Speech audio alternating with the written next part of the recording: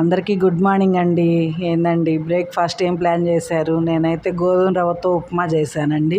అబ్బాయితో ఉప్మాకు కూడా ప్లాన్ చేయాలా అని అనుకోవచ్చండి, కానీ ప్రతిదీ ప్లాన్గానే ఉంటుందండి. ఇంట్లో నలుగురు ఉన్నామంటే నలుగురికి సాటిస్ఫాక్షన్గా వండి పెట్టడం అంటే ముఖ్యంగా ఆడవాళ్ళకి ప్లాన్ చేసుకోవాల్సిందేనండి.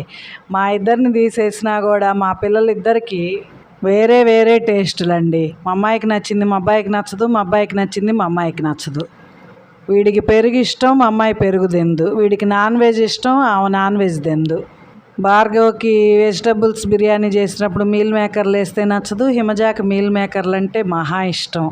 భార్గవ్ అస్సలు పప్పు తిండు, హిమజాకి పప్పు అంటే ఇష్టం అండి.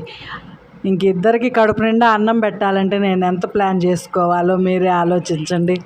ఈ రోజుకి టిఫిన్ కార్యక్రమం పూర్తయిందండి. ఇక మధ్యాహ్నం వంటలోకి ఏం కూరలో ఏందో చూసుకోవాలి.